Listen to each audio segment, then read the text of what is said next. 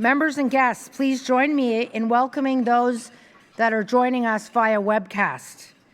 My name is Gillian Riley, a past president of the Canadian Club of Toronto and your host for today's event.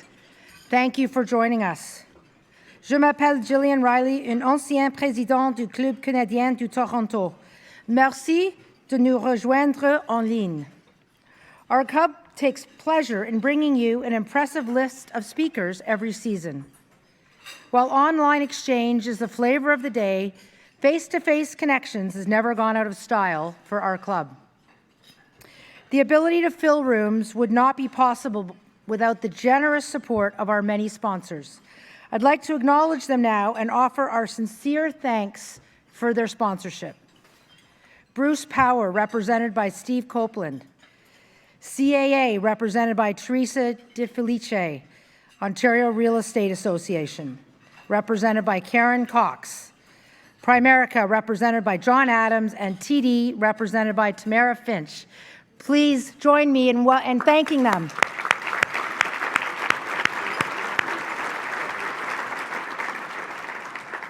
I would also like to thank Bell Canada and Simon Dwyer, who has sponsored the participation of the youth and young leaders joining us this afternoon from C.W. Jeffries and Runnymede Collegiates. This is a special sponsorship that we do at the Canadian Club, and I'd like to ask the tables to please stand up and be recognized for joining us today at our event.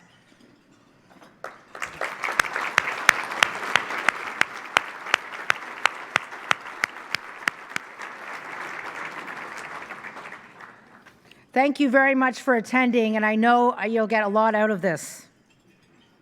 Now, let me introduce our speaker. Ontario's Finance Minister has been on the job for 3.5 months. It's his second ministerial portfolio since heading to Queen's Park as MPP for Ajax. He's inherited the challenging task of balancing the province's books. His background is very well suited to the position.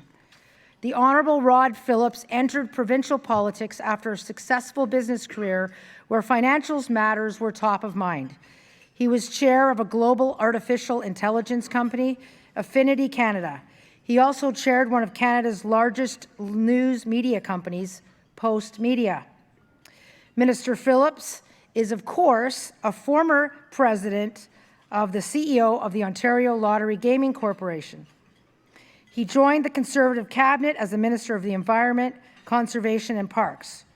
Earlier in his career, he served as Chief of Staff to two prominent politicians, Elizabeth Whitmer, who served as Labour Minister, and former Toronto Mayor Mel Lastman. You may be interested to know as well that the minister served as chair of the civic engagement organization Civic Action, and he's one of a Canadian Club past president of Toronto as well. So we're proud that he's been part of the Canadian Club.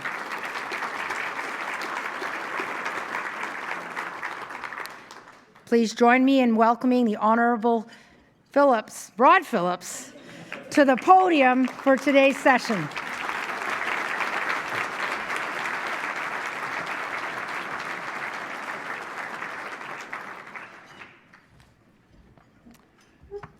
Thank you so much, Gillian.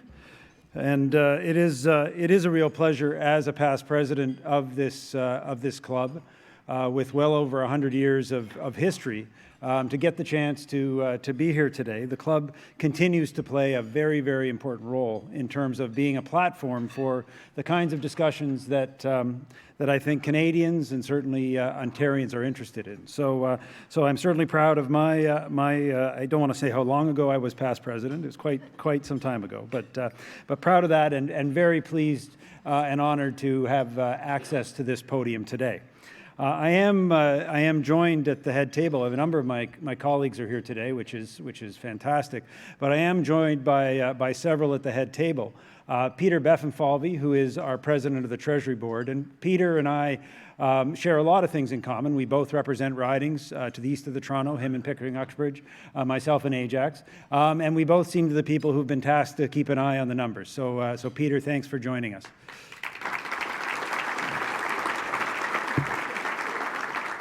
Now, not to date Peter and I, but there's two other gentlemen at our table, Stan Cho, who's my parliamentary assistant, and Prab Sarkaria, who's our Minister of Small Business. And I tell you, if you haven't had a chance to speak to these gentlemen yet, and you want to look at the next generation of politics in this province, they are that. So, gentlemen, thank you for joining us here today.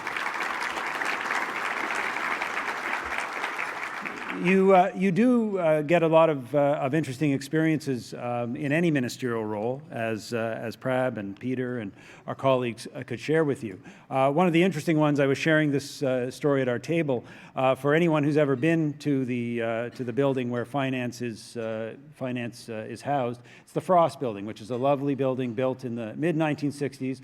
Like a lot of government buildings, it actually hasn't had a lot of work done on the inside. So it looks a lot like it probably did. You can imagine everybody in 1965, when it was built with a wood panel. It looks a little bit like the set of Mad Men.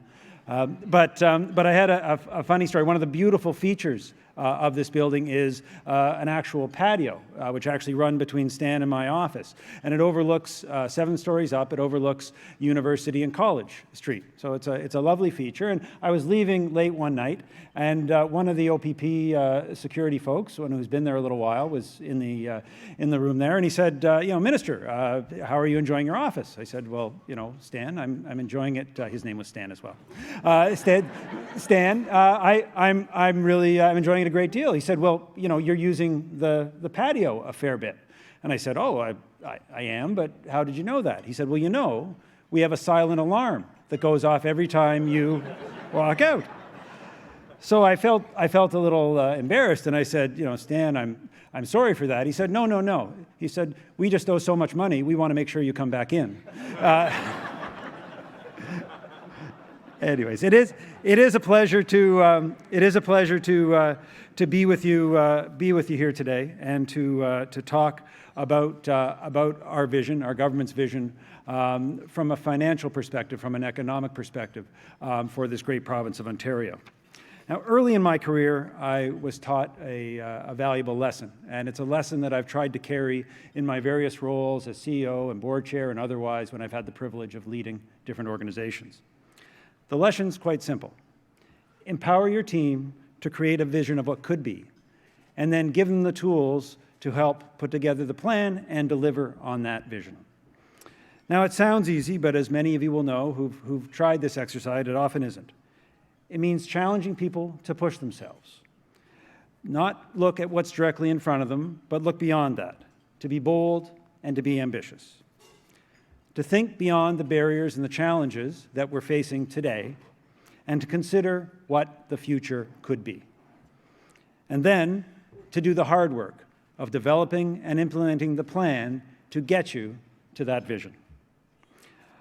Our government came to office almost a year and a half ago, because Doug Ford made the case to the people of Ontario for a new vision. And the people of Ontario bought in. They bought into our vision of an economy that was open for business and open for jobs. A vision of safe streets, strong social programs, and an accountable government. It's a vision for Ontario that requires our government to get a few things right. Right on economic fundamentals. Right on sound public policy that reflects the priorities of the people, and right on having a common sense view of the values of our province. When you get those major pieces right, the opportunities are almost endless. Imagine for a moment what we could accomplish. Highways, subways, and rapid transit systems that are admired and studied around the world for their efficiency and their affordability. A system that's relied on by families and students and seniors every day so that they can move back and forth across the GTA and have prosperous, successful lives right here. Enough job-ready graduates to match the needs of our growing economy, energized by a world-leading public education system that teaches people to be adaptable, lifelong learners. Public hospitals where service levels are high, wait times are low, and the transition from hospital home is easy. A housing market where home ownership isn't just a dream, but a reality, thanks to a market that has adequate and appropriate supply of affordable housing. and an economy that empowers our entrepreneurs and our innovators to take risks here in Ontario, to create jobs across our province.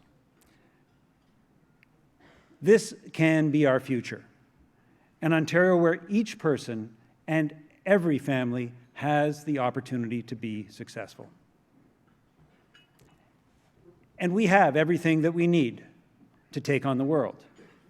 But make no mistake, we are in a highly competitive global economy where companies and countries defend their advantages. A world where other states and provinces work hard. They work hard to compete, leveraging their advantages and their local strengths for the betterment of their citizens. Our government understands that this is the reality for our country and for our province. We appreciate the urgent need to continuously improve our competitiveness and our fiscal foundation, so the people of our province and our country can live the lives that they have earned and deserve. Now, we believe the role of government is to enable the opportunity for a better quality of life and a higher standard of living for all of our citizens, but within the context of that increasingly competitive global economy. Now, it is fair to say that not all politicians agree with that point of view today. We're in the middle of a federal election, and just to spoil the surprise, I'm going to stick with our approach so far and not comment directly on it. But you can certainly see, both in our province and in our country, that there are those who believe that we can tax and spend and borrow our way to prosperity. They don't appreciate, or choose not to appreciate, the unintended consequences of regulation after regulation and tax after tax, which just provides advantage to our international competitors. Those whose policy prescriptions put us at a competitive disadvantage globally and here in North America. Now, this matters because government policy impacts investment choices. Where to start a business, whether to expand a certain facility, whether to close a certain facility. Every day, business people like yourselves and the ones that I'll be visiting with in New York next week make these decisions. And these decisions matter because they affect the lives of people.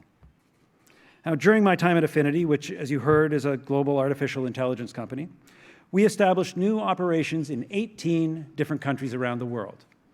And let me assure you, and this is something that I'm sure many of you would agree with, as we made those decisions about where to do business, where to put our back office, where to do the things we needed to do to be successful, we were very, very interested in what government's directions were, what their policies were. This affected our decisions about where to grow. When we look around the world, we see countries like Finland, Israel, Ireland, Singapore, countries that are getting it right, countries that understand that we operate in this competitive global economy and who are in it to win. So, ladies and gentlemen, as Ontario's Minister of Finance, it gives me no joy to say that in the global competition for talent, innovation, and investment, we have not been punching at the weight that we need to be the successful economy that we can be. Now, one thing that should be of concern to all of us here in Ontario is our debt. Between 2003 and 2018, 15 short years, Ontario's debt increased by almost 2.5 times. At $360 billion, it's the highest sub-sovereign debt in the world, which means that we owe more than any state, more than any province, anywhere in the world. What did Ontario get for all of that deficit spending? It's a very fair question. What assets do we have on our provincial balance sheet as a result of that deficit spending? Not only do we have the highest sub-sovereign debt in the world, but we also have hospitals with patients jammed in the hallways. We have traffic jams in the GTA that are worse than almost anywhere else in North America. We have declining math scores in our public schools. And we have a shortage of skilled labor. In just the construction sector alone, we are estimated to be short 200,000 skilled, highly paid jobs by the year 2032. And that we have a housing market where the dream of home ownership is out of reach for far too many. Now, there was a time when government issued debt and the return on its investments were clear. We got a new bridge, we got a new highway, we got a new transit system, we got a world-class hospital. The money was spent intelligently, it was spent strategically. What we face today is a very different situation. Expensive interest payments and little to show for all of that spending. Now, a lot of folks don't realize what Peter and I spend our time looking at every day, is that 3/4 of the $163 billion Ontario budget, 3/4 of that goes to 4 expenditures. The first one won't surprise anybody, healthcare at $64 billion. The second, education at $30 billion. The third, social services at $17 billion. But the fourth often does surprise people. $13 billion to service our debt. $13 billion is more than the $11 billion that we spend for all of the post-secondary and training supports that we provide to our citizens. To look at another way, and to relate it back to my old job at Environment, I think we'd all agree that environment, conservation, and parks is a pretty important thing, especially in 2019. Ontarians pay more in 17 days to our creditors than we do for everything that we spend on the environment, conservation, and parks in a year. In fact, if you total all of the provincial spending across all of the provinces in Canada today, it's $1.6 billion, nearly $12 billion less than we just pay in interest. Now you have to ask yourself, how in 2019 can that be the right thing to do? But it is a great example of what happens when excessive debt crowds out critical expenditures. We can also consider how we compare to other jurisdictions when it comes to our relative prosperity. One of the ways to do this, it's a bit of a blunt instrument, but is the per capita GDP. Now, some of us in the room, not all of us, but some of us in the room are old enough to remember when Ontario ranked in the top 10 among the 65 jurisdictions in North America from a per capita GDP point of view. We compared ourselves to places like California, or today to New York. Today, New York State, just to the south of us, ranks number 5. Most people are surprised to find out that on a per capita GDP basis, Ontario is now 45th, just behind Montana. I don't have anything against Montana. It's a lovely place, but we can do better, and we need to do better. So why is a government focused on competitiveness and productivity important? Because in the absence of it, we all grow poorer. Because there is a necessary link between a growing economy and our ability to deliver world-class services from a government point of view and to support the most vulnerable. That is why, ladies and gentlemen, we have a plan, and that is why we are implementing that plan. In our first year in office under Premier Ford, we got to work. We assessed the situation facing the province and began improving the fiscal foundation and competitiveness of our province.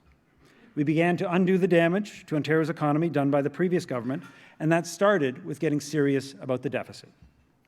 We're delivering on our plan to balance the books by 2023, reducing wasteful spending, increasing efficiency, investing in public services, and investing in the infrastructure that we need in the long term. All the while, we're also improving Ontario's ability to weather global economic uncertainties should they come along. Over the next 6 years, we'll provide $26 billion in tax relief for individuals and families. We're encouraging capital investment. Yeah. Thank you. I have to learn. You always get an applause after the tax cut line, so I have to learn not to step on the tax cut. We're encouraging capital investment by allowing businesses to write off in-year costs for new equipment. We're reducing red tape by 25% by next year. That's PRAB's job. And that is just the beginning. We're reducing WSIB premiums, making it easier for employers to hire people in Ontario. We're investing in our healthcare system, focusing on ensuring patients receive the coordinated care they need where and when they need it. We're expanding highways, building subways, expanding rapid transit, and increasing GO service. Our Housing Supply Action Plan is addressing the root cause of the housing crisis by increasing accessibility and affordability of the housing supply. Now, I could spend an entire speech, or at least longer than you would all be willing to sit here, talking about any one of these points, but there's one in particular that I want to focus on because I think it's illustrative of the challenges we face and our plan and our intentions. It's about ensuring that our workers have the proper skills to compete in the modern economy. Now, this week, I did have the chance to meet with several of Canada's top economists as we prepare for next month's fall economic statement. The consensus was universal among the group that of the short and medium-term risks to Ontario prosperity, the lack of a skilled workforce was at the top or very close to the top. Now, as I mentioned, in just one sector, construction, we already know that we're going to be short hundreds of thousands of skilled, well-paid jobs. That is just unacceptable. That is why, in the college, university, and skilled trade sectors, we are sharpening the focus of the system to prepare our students to be effective in the economy of the future. Today, the $11 billion of funding for that system is tied to enrollment, not to outcomes. We have begun phasing in an outcome-based system for post-secondary and skilled training. Over time, it will tie 60% of provincial funding to performance, specifically about getting our students ready for jobs. This renews the promise that we make to students and to parents that their hard work and their investment in learning and their aspirations will be honored by our system. Honored by a world-class post-secondary system that not only teaches lifelong learning, but also prepares our students for the jobs of tomorrow. Combined with our planned changes to prioritize skilled trades and apprenticeships, this new approach to post-secondary funding will make Ontario a leader in connecting people to jobs. This is innovative public policy, being smarter about how the government spends precious tax dollars. This is an example about how we are doing government differently, an important part of our government's plan, and a plan that is working. Now, we are seeing some encouraging signs throughout the economy. In August, unemployment was 5.6%. Since our election in June of 2018, we have seen 200,000 jobs created in this province by entrepreneurs and business people. Consumer confidence remains strong. And as if to show that Ontario is truly open for business, I'm sure as you came in here today, where, depending on where you came from, you would have seen the many cranes dotting our skyline. Daily Commercial News reported a few weeks ago that of the 420 cranes across North America in major centres, 120 of them, or just under 30%, are right here in the GTA. Talk about a positive sign. So these signs are encouraging, and we're confident in our plan and our ability to achieve our vision. And one of the commitments we also made as a government was to improve the transparency of the province's finances for the people of Ontario. You may not be aware, but the previous government missed 8 of their last 13 reporting requirements from a financial perspective. That's why, as I've said before, and I'll say here again today, every quarter I'm committed to providing a detailed and transparent discussion of where we are at from a financial point of view. The next update will be coming on November 6th, when I'll be presenting our government's fall economic statement. I'm pleased to share today that in that statement we'll be informing people that we are on track to beat our 2019 deficit projection of $10.3 billion when we report that deficit update.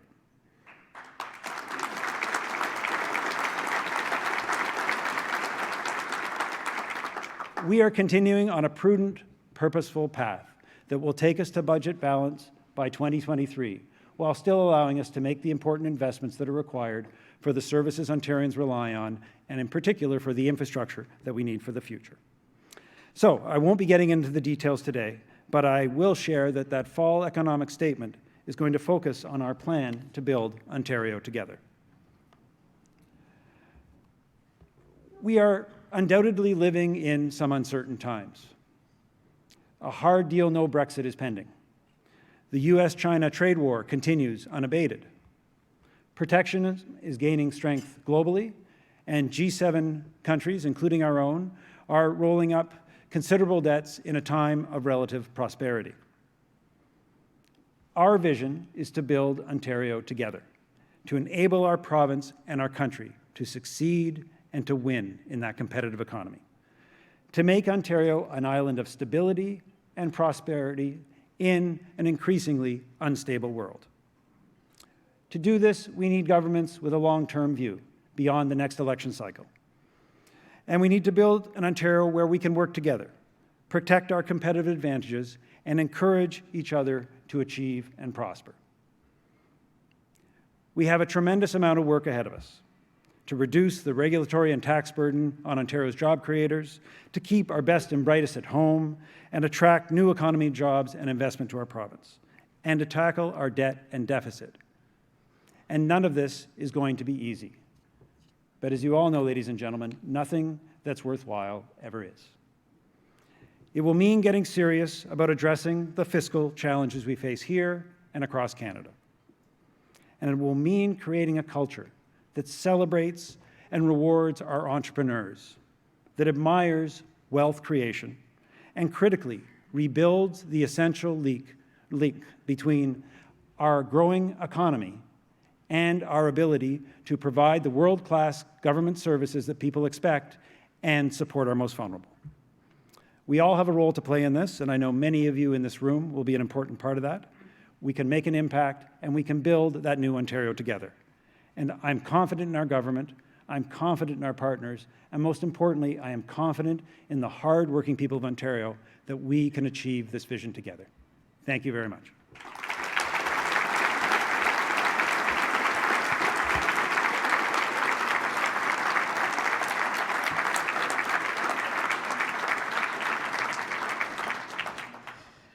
Well, I'll get to a thank you in a minute, but that was fantastic.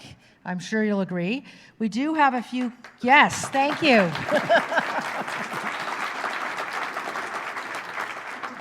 We do have a few questions from the audience. I'm going to start with a light one, an easy one, actually. Who was your favorite speaker during your year as president of the Canadian Club? Well, that's a great question. One of the things that presidents know in the Canadian Club, that the best thing that can happen to you is have an election fall during your term. And so I had the pleasure of having both Paul Martin and Stephen Harper as speakers, and the experience was quite different. Mr. Harper was, I'll say, very quiet and very focused, although there was a fascinating discussion about the Alaska Panhandle dispute, that if you ever want to start a conversation with Stephen Harper, lead with the Alaska Panhandle dispute, because he's an expert. Paul Martin, and this is absolutely a compliment to a gentleman I respect, the speech was maybe 10 days before the end of that election, and at that point it was fairly evident that he was probably not going to be successful. And as happens sometimes in politics, when you're popular, and when you're not, a number of folks didn't show up at the table that were supposed to. It was a bit awkward. But he and his wife, I remember, he had this quite significant, speech to give. It was obviously an important time, and they were just so gregarious and wonderful in the conversation at a time which couldn't have been easy for them. So those would be my two favorites. Great. Speaking of elections, Next question. October 21st. How will you kick off your relationship with the federal finance minister after October 22nd and advocate for Ontario? Well, that just gives me such a great opportunity to do a shameless plug for Tom Dingwall, who's the Conservative candidate in Ajax. So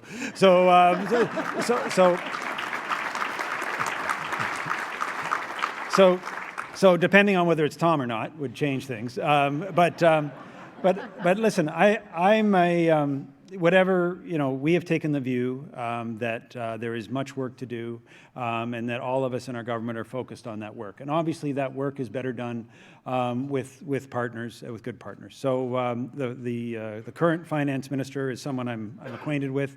We were business partners at one time, so we know each other well, and we've already talked before the election about opportunities. And whatever government is there, I think the important thing is going to be focusing on priorities. And it's pretty simple to see what those are. Transportation in the GTA. It's something that I think all the parties that are currently running have talked about, and Premier Ford and our government are clearly focused on getting subways built and getting the transportation problem fixed. Our healthcare system and the investments that are needed in our healthcare system. Again, different positions from different parties, but a big area of focus. And finally, and I talked about it in my speech, and I think this might be what I lead off with the new finance minister, creating that environment where we can celebrate entrepreneurship, where we can celebrate the success that we need to have that growing economy. Because without that growing economy, we simply won't be able to, in the long term, continue to afford the kind of life that we want. And so I hope that whoever the finance minister is, they'll see that opportunity and want to join us in that partnership. Sounds very promising. Now, for the young people that are here from the two collegiates, what will the Conservative government do in the next election to get young voters in high school now to vote Conservative? Good question. Between Stan and Prab, compared to me, they're young, so I'm gonna send them out to. But my experience, one of the great things that you get to do, and I'm sure my MPP colleagues here would all agree, is we get high school students and others that come to Queen's Park to see what's going on there, to understand their government. And consistently, I'm impressed with the quality of questions. And quite clearly, they have priorities. They have priorities like the environment. They have priorities like the debt, and what that's going to mean to them. They have priorities about jobs, and they have priorities about education. But like any other voter, I think it's about speaking to them about priorities. And the one thing that you'll hear me reference continuously is this issue of debt and this issue of deficit is in many ways an immoral transfer of an obligation to a younger generation.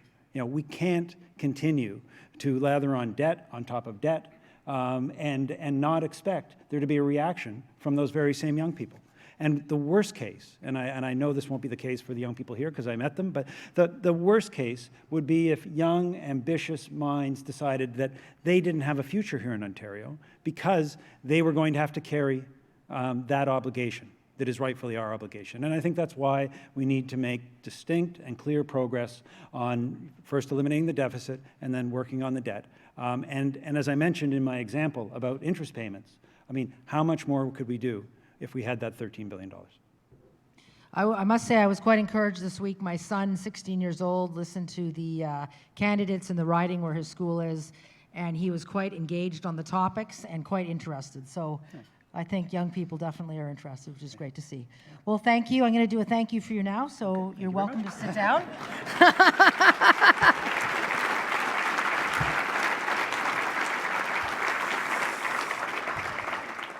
I'm sure that you'll all agree on behalf of everyone here in the Canadian Club of Toronto. Thank you very much for taking the time to update us today on the state of the province's balance sheet.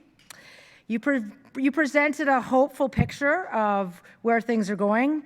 Consumer confidence is clearly high, and unemployment levels continue to be low here. It's never easy to balance the books, and you've certainly got a tall order. Your prudent management is very evident. We appreciated your candor in revealing the challenges of serving Ontarians while recognizing the need to be fiscally responsible. I was impressed by the commitment to improving the talent, the innovation, and investment in this province. Very important. We had a nice discussion at the table about the importance of AI, and I think technology is a key part of it, which is nice to hear.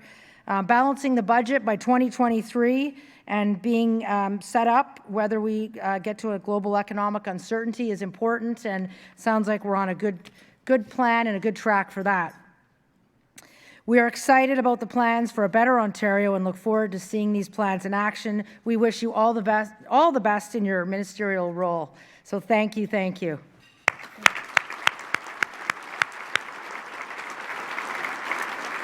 I just want to say a last thank you to our sponsors for today's event. Without them, these events aren't possible. Bruce Power, CAA, Ontario Real Estate Association, Primerica, and TD. Again, thank you so much.